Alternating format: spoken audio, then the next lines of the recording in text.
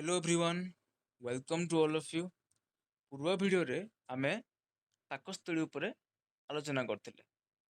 एई video रे आमे क्षुद्रांतर उपरे आलोचना करिबा। क्षुद्रांतर स्मॉल इंटेस्टाइन। ठीक अछि।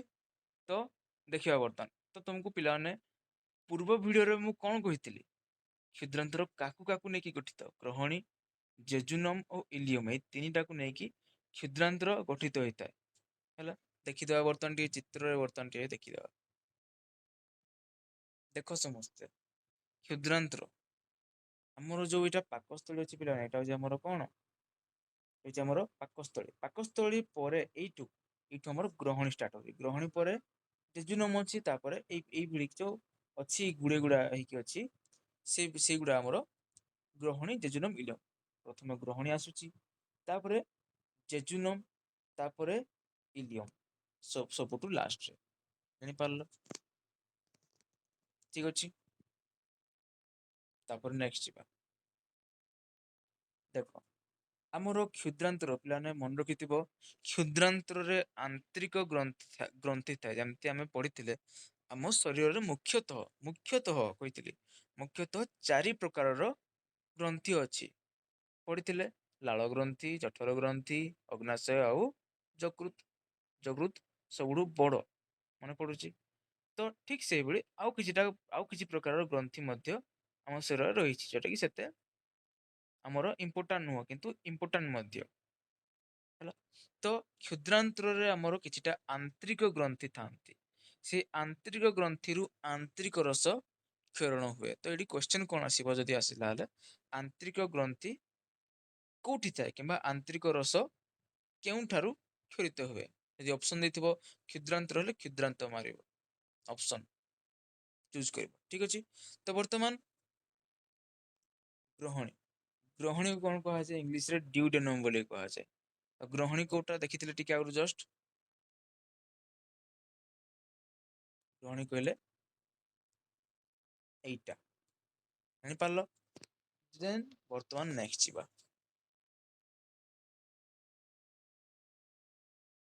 देख तो स्टार्ट करवा हमर ग्रहणी।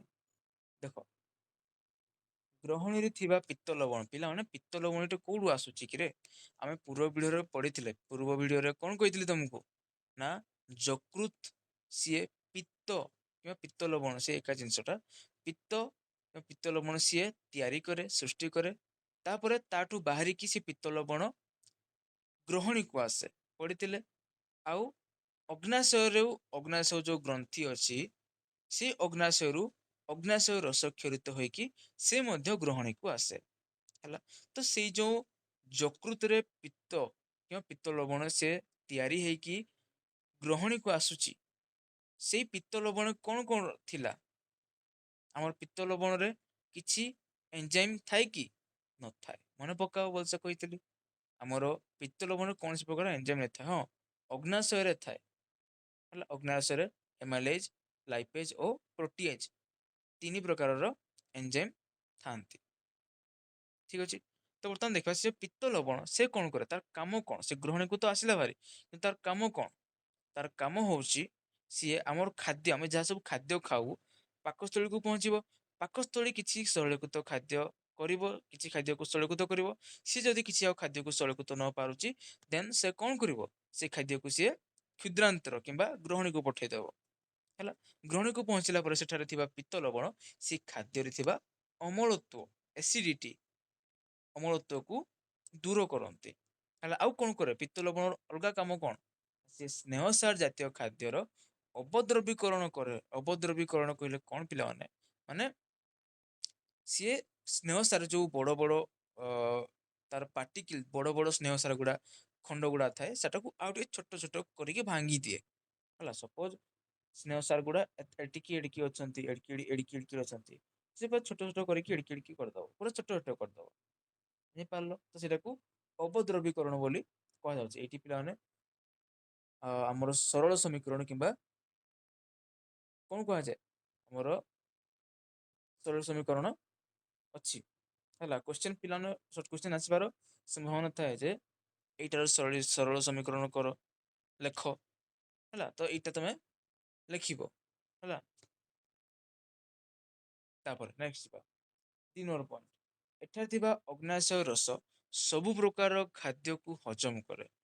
ଆମର ଗ୍ରହଣୀରେ ଟିକେ ଜଷ୍ଟ କହିଥିଲି ଅଗ୍ନାଶୟ ରସ କ୍ଷରିତ ହୋଇକି ସେ ଗ୍ରହଣୀକୁ ଆସେ ହେଲା।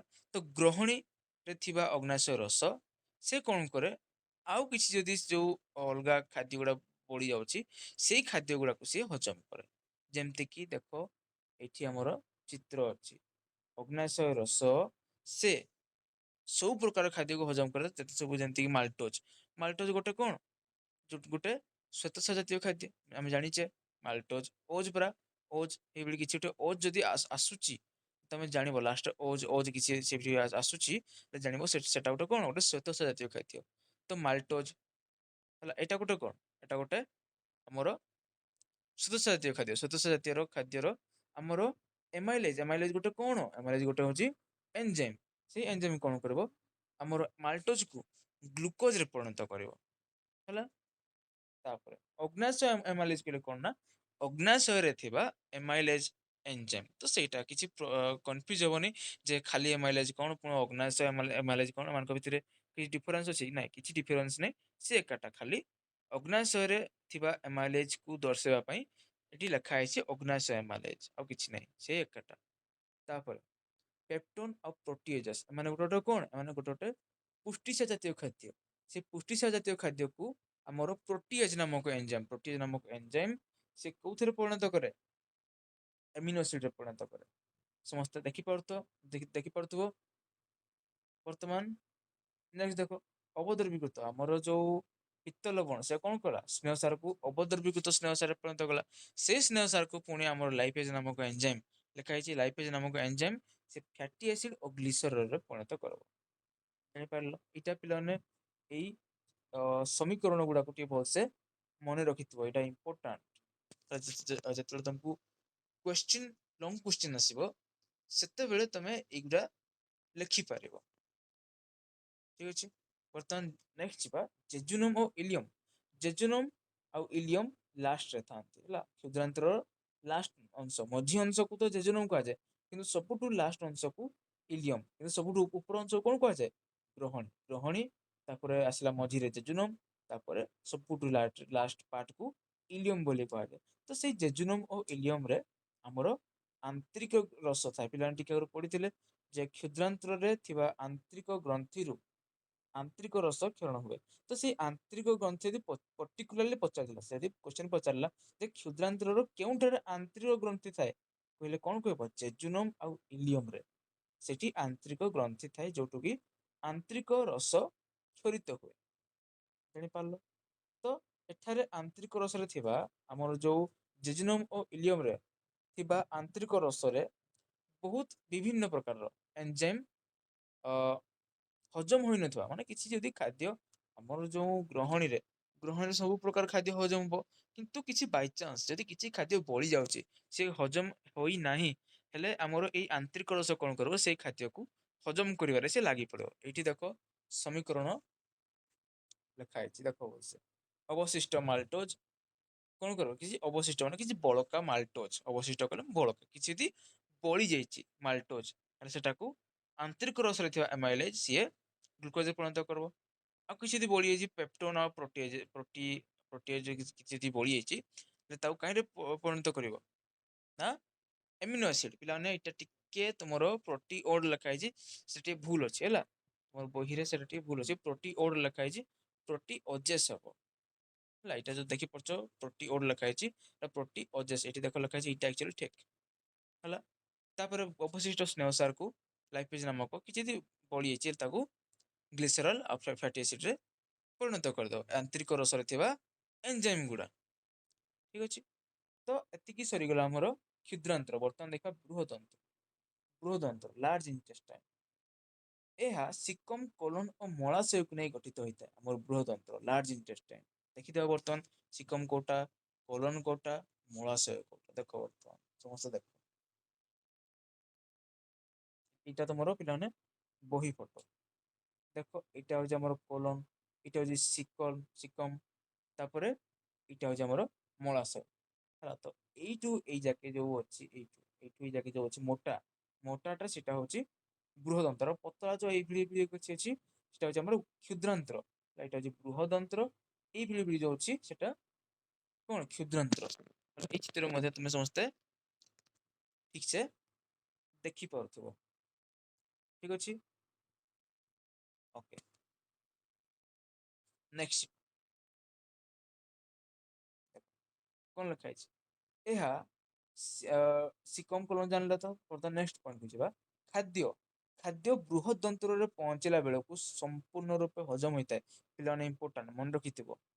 ଆମର ଯଦି କୋଶ୍ଚିନ୍ ପଚାରିଲା ଆମ ଶରୀରର କେଉଁଠାରେ କେଉଁଠାରେ କେଉଁ ପାକତନ୍ତ୍ର ଜାଗାରେ ପାକ ନଳୀର କୋଉ ଅଂଶରେ ହେଲା ଯଦି କୋଶ୍ଚିନ୍ ପଚାରିଲା ଯେ ଆମ ଶରୀରର ପାକ ନଳୀର କେଉଁ ଅଂଶରେ କୌଣସି ପ୍ରକାରର ଖାଦ୍ୟ ର ହଜମ ପ୍ରକ୍ରିୟା ହୁଏ ନାହିଁ, ହେଲେ କଣ କହିବ? ବୃହଦନ୍ତ୍ର। ତେଣୁ ଏଠାରେ ହଜମ ପ୍ରକ୍ରିୟା କିଛି ହୁଏ ନାହିଁ। କଣ ପାଇଁ ନା କାହିଁକି ନା କାରଣ କଣ?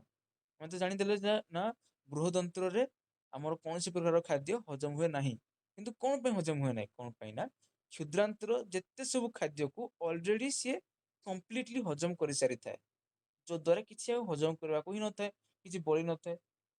ଯ ଦ୍ୱାରା କି ବୃହଦନ୍ତ୍ରରେ କିଛି ଆଉ ଆମର ହଜମ ପ୍ରକ୍ରିୟା ହୁଏ ନାହିଁ। ହେଲା ଆମର କ୍ଷୁଦ୍ରାନ୍ତ୍ର ସିଏ ଅଲରେଡି ସିଏ ବୃହଦନ୍ତ୍ର କହିବ ଭାଇ ତୁ ଟିକେ ରେଷ୍ଟ କର ମୁଇଁ କାମ କରିବି ତୋ ବଦଳରେ। ହେଲା ତ ସବୁ କାମ କ୍ଷୁଦ୍ରାନ୍ତ୍ର ହିଁ ଅଲରେଡି ସେ ସାରି ଦେଇଥାଏ। ବୃହଦନ୍ତ୍ରରୁ ସେ କିଛି ଛାଡେ ହିଁ ନାହିଁ କାମ କରିବା ପାଇଁ। ହେଲା ତାପରେ ନେକ୍ସଟ ଦେଖ ବର୍ତ୍ତମାନ ପାଚନ କ୍ରିୟା। ଏଇଠି ବର୍ତ୍ତମାନ ଇମ୍ପୋର୍ଟାଣ୍ଟ କୋଉଟା କି ଏଇ ବାକ୍ସଟା। ଏଇଗୁଡା ନାହିଁ ହେଲେ ବି ଚଳିବ। କିନ୍ତୁ ଏଇ ବାକ୍ସଟା ପିଲାମାନେ ଭଲ ସେ ମନେ ରଖିଥିବ। ଟପ୍ ଇମ୍ପୋର୍ଟାଣ୍ଟ କ୍ୱେଶ୍ଚିନ୍ ଆସିବାର ସମ୍ଭାବନା ଅଛି। ତ ପାଚକ କ୍ରିୟା କହିଲେ କଣ ଦେଖିଦବା ଟିକେ ପଏଣ୍ଟ ଗୁଡା। ଭିଟାମିନ୍, ଧାତବ ଲବଣ ଓ ଜଳର ଅଣୁ ଗୁଡିକ ଛୋଟ ଛୋଟ ହୋଇଥିବାରୁ ଏଗୁଡିକ ବିନା ହଜମରେ କୋଷ ଝିଲ୍ଲି ଦେଇ କୋଷ ଭିତରୁ ପ୍ରବେଶ କରିପାରନ୍ତି। ଆମେ ପିଲାମାନେ ଯେତେ ସବୁ ଆମର ଖାଦ୍ୟ ଖାଉଛେ ସେଠାରୁ ଆମକୁ କଣ ମିଳୁଛି? ହଜମ ହେଲା ପରେ ପୋଷକ ପଦାର୍ଥ ମିଳୁଛି। ସେ ପୋଷକ ପଦାର୍ଥ କଣ ହବ? ବିଭିନ୍ନ କୋଷ ନିକଟରେ ପହଞ୍ଚିକି ସେ କୋଷ କଣ କରିବ? ଆମର ହିତ ସାଧନ କରିବ, ଆମର ବିଭିନ୍ନ ଶରୀରର ବିକାଶ କରିବ ସେ। ହେଲା ତ ଆମର ଭିଟାମିନ୍ ଓ ଧାତବ ଲବଣ ଓ ଜଳ ଏଇ ତିନିଟା ଭିଟାମିନ୍ ଧାତବ ଲବଣ ଜଳ ଆଉ ତିନିଟାର କଣ ହୁଏ? ଏଇ ତିନିଟାର ହଜମ ପ୍ରକ୍ରିୟା ହୁଏ ନାହିଁ। ଆମେ ଯଦି ଡାଇରେକ୍ଟଲି ଭିଟାମିନ୍ କିମ୍ବା କୌଣସି ଧାତବ ଲବଣ କିମ୍ବା ଜଳ ଆମେ ଯଦି ଗ୍ରହଣ କରୁଛେ ହେଲେ ତାର କିଛି କୌଣସି ପ୍ରକାର ହଜମ ପ୍ରକ୍ରିୟା ହୁଏନି।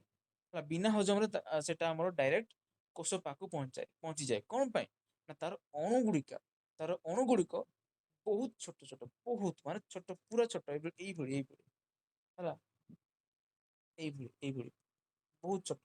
ଯଦି ଏଇଟା ଆମର ଗୋଟେ ପୁଷ୍ଟିସାର ଜାତୀୟ ଖାଦ୍ୟ ହେଲେ ଏଇଗୁଡା ଟୁକ୍ ଯୋଉ ଏଇଗୁଡା ହଉଛି କଣ ଆମର ଭିଟାମିନ୍ କିମ୍ବା ଧାତବ ଲବଣ କିମ୍ବା ଜଳର ଅଣୁ। ମନେ ରଖିଥିବ। କିନ୍ତୁ ଶ୍ଵେତସାର, ପୁଷ୍ଟିସାର ଓ ସ୍ନେହସାର ଜାତୀୟ ଖାଦ୍ୟର ଅଣୁ ଗୁଡିକ ବଡ ବଡ ହୋଇଥିବାରୁ ଏଗୁଡିକ କୋଷ ଝିଲ୍ଲି ଭିତରକୁ ପ୍ରବେଶ କରିପାରନ୍ତି ନାହିଁ। ପିଲାମାନେ କୋଷ ଝିଲ୍ଲି କହିଲେ କଣ କିରେ?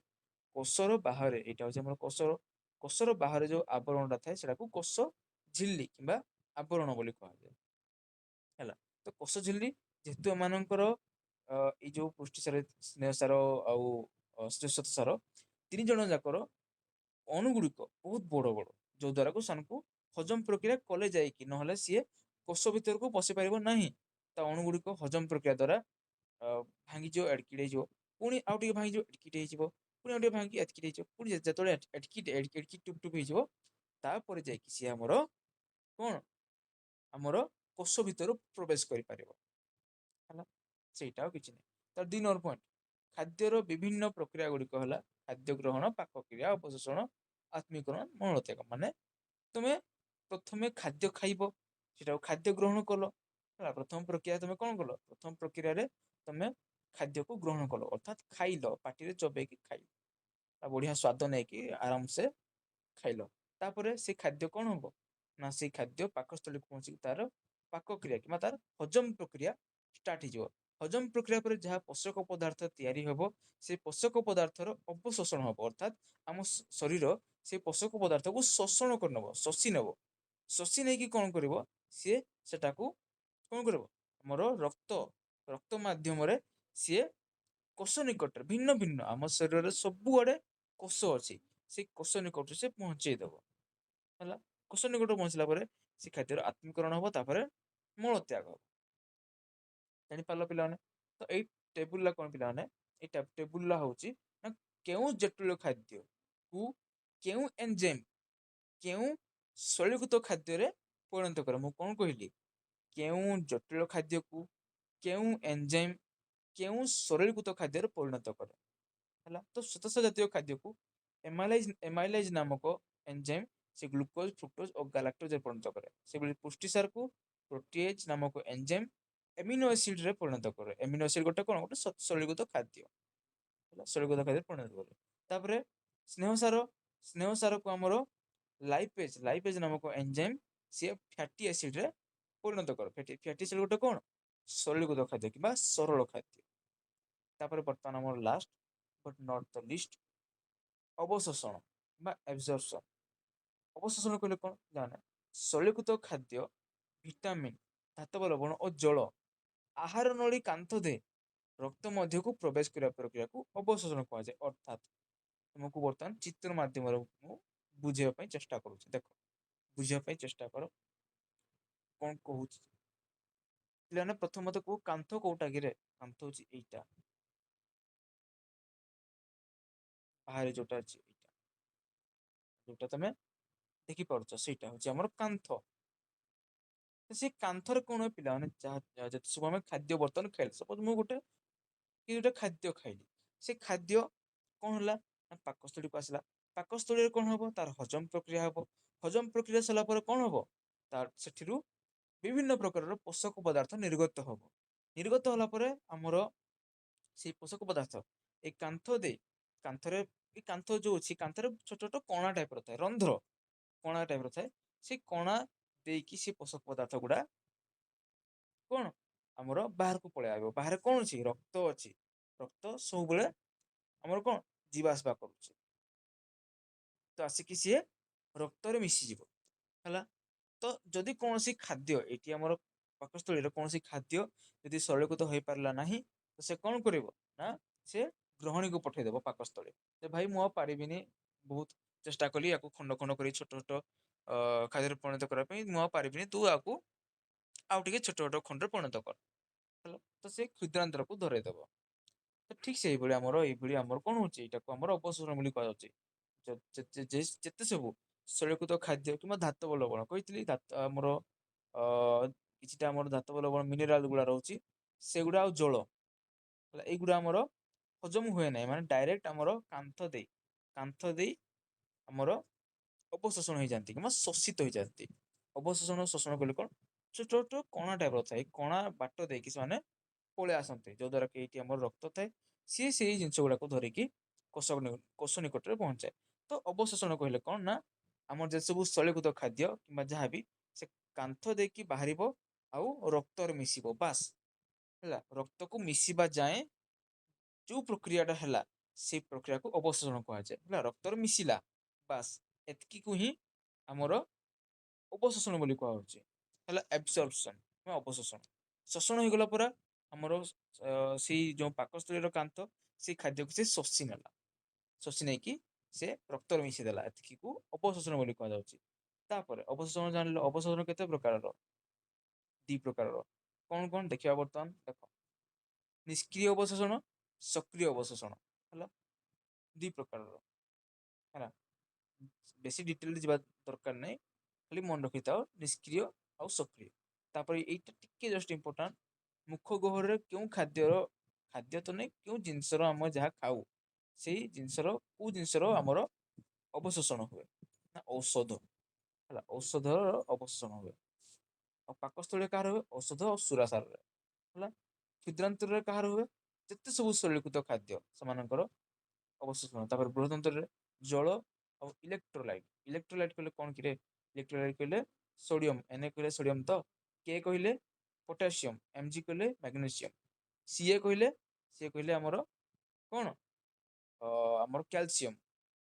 ହେଲା, ଆମର ସୋଡିୟମ, ଆମର ପୋଟାସିୟମ, ମ୍ୟାଗ୍ନେସିୟମ, କ୍ୟାଲସିୟମ, ଏଇ ସବୁ ଗୁଡାକୁ ଇଲେକ୍ଟ୍ରୋଲାଇଟ ବୋଲି କୁହାଯାଏ। ଯଦି କ୍ୱେଶ୍ଚିନ୍ ପଚାରିଲା ହେଲେ ଉଦାହରଣ ଏଇଟା ଦବ। ହେଲା। ତ କେଉଁଠାରେ କେଉଁ ଜିନିଷର ଅବଶୋଷଣ ହଉଛି ତମେ ଜାଣିଗଲ। ହେଲା। ତ ପିଲାମାନେ ତମେ ଯୋଉ ଏଇଟା ଦେଖିଲ ମୁଖ ଗହ୍ୱର, ଆମ ମୁଖ ଗହ୍ୱରରେ ଔଷଧର ଅବଶୋଷଣ ହେଇଯାଉଛି କିନ୍ତୁ ସେଟା କମ୍ପ୍ଲିଟଲି ହଉନାହିଁ। କିଛି ମାତ୍ରାରେ, ବହୁତ ଅଳ୍ପ ମାତ୍ରାରେ ହେଲେ ବି ହଉଛି, କମ୍ପ୍ଲିଟଲି ହଉନି। ସେ କମ୍ପ୍ଲିଟଲି କେତେବେଳେ ହବ, ଯେତେବେଳେ ଆମ ପେଟ ଭିତରକୁ ଆସିବ। କିଛି ମାତ୍ରାରେ ସିଏ ପାଟିରେ, ଆମ ମୁଖ ଗହ୍ୱରରେ ହିଁ, ହେଲା, ଆମେ ଯେତେବେଳେ ଖାଉଥାଉ ତାକୁ, ସେଟା ଟିକେ କିଛି ମାତ୍ରାରେ ସେ ଅବଶୋଷଣ ତାର ହେଇଯାଏ। ତାପରେ ଦେଖିବା ବର୍ତ୍ତମାନ ଆତ୍ମୀକରଣ, ଆସିମିଲେସନ। ଅବଶୋଷଣ ପରେ ପୋଷକ ପଦାର୍ଥ, ଅବଶୋଷଣ ପରେ ଯେ ସବୁ ପୋଷକ ପଦାର୍ଥ କଣ ହବ, କାନ୍ଥରୁ ବାହାରିଯିବ।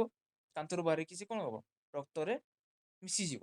ରକ୍ତ ମିଶିଲା ପରେ ରକ୍ତ କଣ କରିବ, ସେ ପୋଷକ ପଦାର୍ଥକୁ ବୋହେଇକି ନେବ। ହେଲା, ବୋହିକି ନେବ, ପୁରା ଉଠେଇକି ନେବ। ବୋହିକି ନେଇକି ଆମର ଏଇଠି ସପୋଜ ଆମର କୋଷ ଅଛି, କୋଷ ନିକଟରେ ସେ ପହଞ୍ଚେଇ ଦେଲା। ହେଲା, ତ ସେଇ ପ୍ରକ୍ରିୟାକୁ ଆମର କଣ, ଆତ୍ମୀକରଣ କୁହାଯାଉଛି। ତ କୋଷ ନିକଟରେ ପହଞ୍ଚିଲା ପରେ ଆଉ କଣ ହଉଛି, କୋଷ ନିକଟରେ ପହଞ୍ଚିଲା ପରେ କୋଷ କଣ କରୁଛି, ସେଇ ଶରୀରକୃତ ଖାଦ୍ୟକୁ ନେଇକି ଶକ୍ତି ମୋଚନ କରୁଛି। କୋଷ କୋଷ ପାଖକୁ ତ ପହଞ୍ଚି ଗଲା। ତ କୋଷ ପାଖକୁ ପହଞ୍ଚିଲା ପରେ କୋଷ ସେଇ ଜିନିଷକୁ ବ୍ୟବହାର କରିକି, ଯେତେ ସବୁ ପୋଷକ ପଦାର୍ଥକୁ ବ୍ୟବହାର କରିକି କଣ କରିବ, ଶକ୍ତି, ସେଠାରୁ ଶକ୍ତି ବାହାର କରିବ। ସେଇ ଶରୀରକୃତ ଖାଦ୍ୟରୁ ଶକ୍ତି ବାହାର କରିକି ଆମ ଶରୀରକୁ ସିଏ ପ୍ରୋଭାଇଡ କରିବ, କିମ୍ବା ଆମକୁ ଦେବ ଶକ୍ତି। ହେଲା, ଶକ୍ତି ମୋଚନ ହବ। ହେଲା, ହେବା ସହ ବିଭିନ୍ନ କାର୍ଯ୍ୟରେ ବିନିଯୋଗ ପ୍ରକ୍ରିୟାକୁ ଆତ୍ମୀକରଣ। ବିଭିନ୍ନ କାର୍ଯ୍ୟରେ କହିଲେ ବିଭିନ୍ନ, ଯେତେ ସମୟ ସପୋଜ କିଛି ଗୋଟେ କାମ କରୁଛୁ, କାମ କରିବା ପାଇଁ ଆମକୁ ଶକ୍ତି ଦରକାର। ତ ସେଇ ଶକ୍ତିଟା ସେଇ କାମ କରିବା ପାଇଁ ବ୍ୟବହୃତ ହେଇଗଲା। ହେଲା, ତ ସେ ଆଉ ଏଇନା ତମେ ବର୍ତ୍ତମାନ ଥକିଗଲ। ଥକିଗଲା ପରେ ତମକୁ କିଛି ସମୟ ଅପେକ୍ଷା କରିବାକୁ ପଡିବ। ହେଲା, ତମ ଭିତର କୋଷ ଆଉ ଥରେ ସେ ଶକ୍ତି ତିଆରି କରିବ, ତମକୁ ଆଉ ଥରେ ଶକ୍ତି ଦେବ। ଟିକେ ତମେ ବସି ସାରିଲା ପରେ ଯେତେବେଳେ ତମକୁ ଥକା ଲାଗିବା ବନ୍ଦ ହେଇଯିବ, ତମେ ପୁଣି ଆଉ ଥରେ କଣ କାମ କରିବ। ହେଲା, ତ ସେଇଟା ଆତ୍ମୀକରଣ କଲେ ସେଇଟା। ତ ଆଶା କରୁଛି ବୁଝିପାରିଥିବ ପିଲାମାନେ। ଏଇଟା ହଉଛି ଟେବୁଲର ଇମ୍ପୋର୍ଟାଣ୍ଟ, ଆଉ ଥରେ କହିଦଉଛି। ହେଲା, ଆଉ ଏଇ ଯୋଉ ସରଳ ସମୀକରଣ ଗୁଡା ଟେବୁଲରେ ଯୋଉ ଅଛି, ଏଇଗୁଡା ମନେ ରଖିବ ପିଲାମାନେ।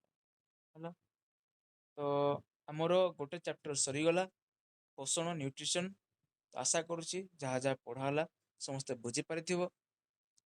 ହେଲା, ଆଉ ଯଦି କିଛି ଡାଉଟ୍ ଅଛି ତୁମେ ମାନେ କମେଣ୍ଟ ବକ୍ସରେ ଜଣେଇ ପାରିବ। ଠିକ ଅଛି, ରହୁଛି।